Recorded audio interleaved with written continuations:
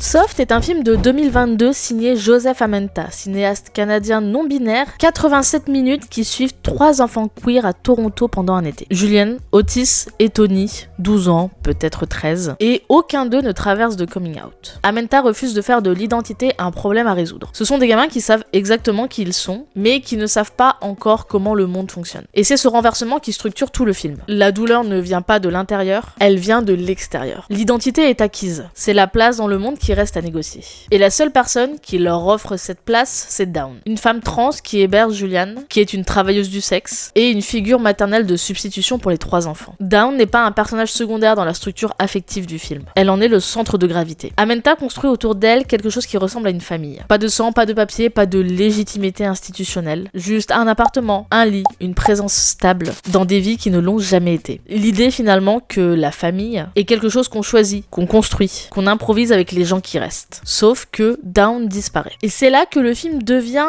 inconfortable d'une façon qui mérite qu'on s'y arrête. Une femme trans, travailleuse du sexe, qui disparaît sans que le film lui offre de résolution, c'est se faire miroir d'une société qui en effet ne s'inquiète quasiment jamais de la disparition de ces personnes. Mais ça soulève aussi un point. Dawn sert de catalyseur au développement émotionnel des enfants. Sa disparition les fait grandir, les rapproche et les force à regarder la réalité en face. En gros, elle disparaît pour que les autres puissent évoluer. C'est un trope dans le cinéma qu'on appelle le fridging. Le fridging, c'est quoi ? C'est le fait de sacrifier un personnage marginalisé pour alimenter l'arc narratif d'autres personnages qui sont jugés plus centraux, on va dire. Et ici, il est appliqué à une femme trans racisée dans un film qui semble lui rendre hommage, ce qui crée à la fois une forme de tension, mais aussi un terrain de réflexion plus large. La question n'est pas de condamner le film, parce que moi déjà à titre personnel, j'adore le film, je le trouve très réussi, très beau, très poétique, et très juste dans sa manière politique de voir la société et de voir la communauté trans et queer en général. Mais ce qui est intéressant ici, c'est de comprendre ce que cette tension, ce que ce trope en fait révèle du film. Parce qu'il faut le rappeler que Soft se déroule dans un Toronto très particulier. Celui des sous-sols, des stations de métro, des piscines publiques forcées en pleine nuit. Un Toronto finalement de la précarité et pas celui des cartes postales qu'on a l'habitude de voir. Et dans cette géographie-là, la marginalité queer et la marginalité économique se superposent. Dawn survit grâce au travail du sexe. Les enfants n'ont pas d'accès légal aux espaces queer. La famille alternative qu'ils ont construite n'a aucune protection ou aucun filet. Et surtout, quand cette famille se défait, en fait, personne ne vient les aider. Et je me dis que c'est peut-être finalement ça le vrai sujet du film. Pas la disparition de Dawn en tant que telle, mais l'invisibilité structurelle de celles et ceux qui construisent des foyers en dehors de tout système de reconnaissance. Finalement, des familles qui existent pleinement et que le monde peut effacer sans laisser de traces.